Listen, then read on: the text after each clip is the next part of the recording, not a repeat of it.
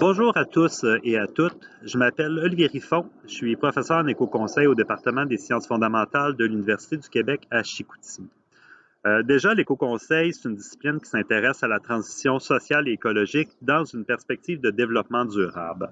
En éco-conseil, on considère que le monde dans lequel on vit est confronté à différentes crises politiques, écologiques, économiques, sociales, et que ces crises-là demandent une réponse collective importante, réponse à laquelle on va considérer les différentes dimensions des problématiques auxquelles on est confronté. Donc, les dimensions écologiques, sociales, territoriales, économiques, éthiques, politiques, culturelles.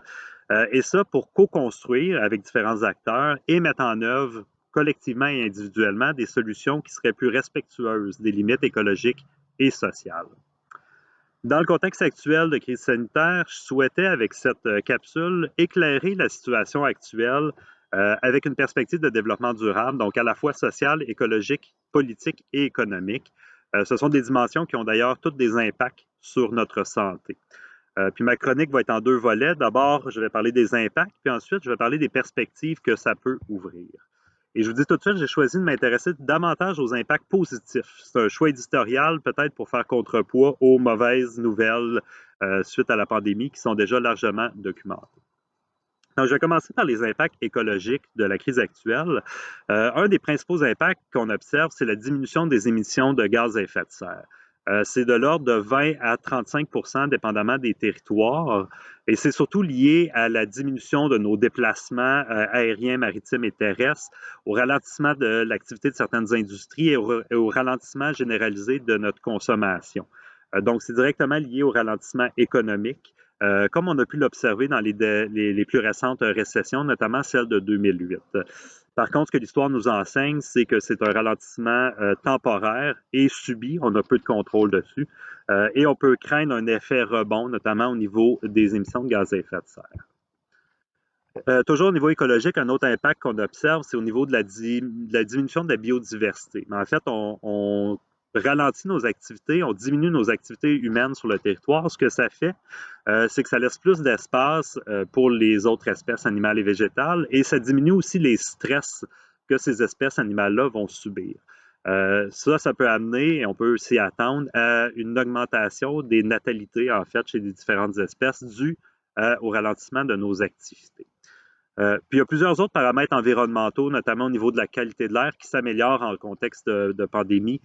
C'est notamment lié au ralentissement de notre économie, encore une fois. Maintenant, au niveau social, soulignons d'abord que la crise met en lumière, encore une fois, l'impact des inégalités sociales, notamment en matière de santé. C'est encore une fois les personnes les plus vulnérables, les femmes, les aînés, les minorités culturelles, les personnes plus défavorisées, qui sont les plus durement affectées par la crise. Par contre, en contexte de pandémie, on voit émerger de nouvelles solidarités au niveau local, au niveau national, international même. Donc, on se serre les coudes en période de crise et ça amène le développement de plusieurs initiatives collectives de soutien, de développement pour soutenir les personnes les plus affectées. Donc, on le voit, les crises sont propices à la créativité, à l'innovation. Même chose au niveau économique. La crise affecte de plein fouet l'économie de marché, puis on a là une démonstration équivoque de la fragilité de nos économies mondialisées qui sont durement affectées par le virus. Mais en contrepartie, on assiste à un regain d'intérêt pour l'économie locale, pour l'économie de proximité, pour l'économie sociale et solidaire. Et on constate encore une fois l'importance de nos capacités locales de production et de distribution. Ce sont des formes d'économie qui augmentent la résilience individuelle et collective. Et enfin, au niveau politique, je pense que la crise actuelle rappelle l'importance des services publics en santé, en éducation, parce qu'on observe que les pays qui ont offert la réponse la plus efficace et la plus équitable à la crise sont les pays qui ont un État plus fort et plus présent dans plusieurs domaines de l'économie. Donc, je pense que ça amène une augmentation de la légitimité perçue de l'État, malgré toutes les critiques qui peuvent leur être adressées sur les décisions qui ont été prises. Maintenant, qu'est-ce qu'on peut retenir de toutes ces observations dans une perspective de développement durable? Déjà, c'est important de rappeler que les grandes pandémies passées ont pratiquement toujours amené des changements importants au niveau politique, économique et social. Donc, je pense que c'est permis de penser que ça va être la même chose dans la situation présente.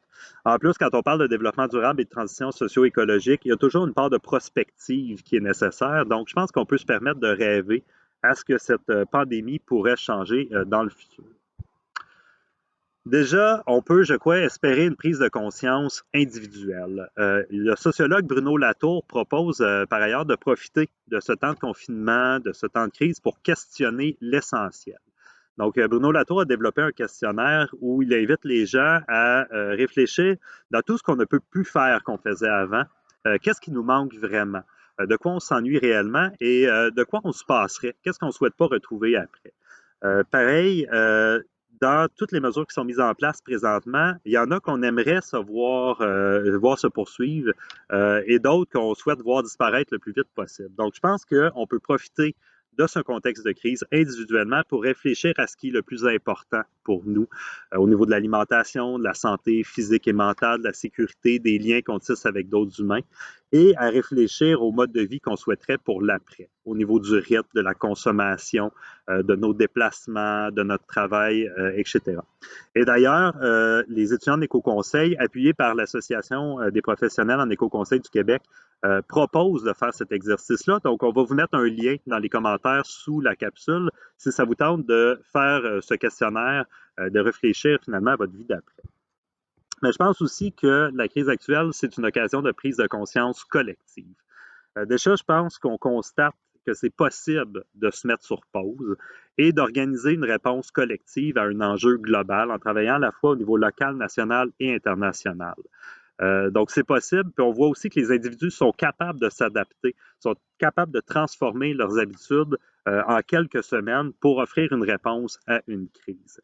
Et des crises, il y en a d'autres qui guettent l'humanité, notamment les changements climatiques. Puis je pense que c'est rassurant de savoir qu'on est capable d'offrir des réponses collectives à des enjeux comme ça. Ceci dit, la crise actuelle, c'est une occasion pour revoir nos systèmes politiques, industriels, économiques et culturels. On peut en profiter pour se tourner davantage vers des modes de développement axés sur la proximité, des modes de développement plus inclusifs, plus équitables, plus écologiques aussi. On peut en profiter pour développer puis consolider des structures collectives qui offrent des réponses plus inclusives en temps de crise.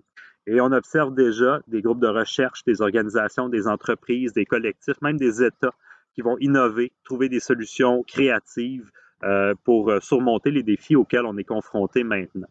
Donc, collectivement, on travaille présentement à éviter un retour à l'anormal, donc à tout ce qui ne fonctionnait pas avant. Si on observe le discours, on voit qu'on discute de relance économique verte, décarbonisée. On parle de créer des réseaux de solidarité locale, d'offrir des revenus minimum garantis. On parle de solidarité intergénérationnelle, d'initiatives de transition. On réinvente présentement nos manières de travailler, d'éduquer, de se divertir. Et enfin, les enjeux de santé physique et mentale sont au devant de la scène et reprennent leur lettre de noblesse. Donc, je pense que c'est permis d'espérer qu'on aura la sagesse d'apprendre individuellement et collectivement de cette crise sanitaire. Je vous remercie de votre attention. Je vous souhaite une bonne journée.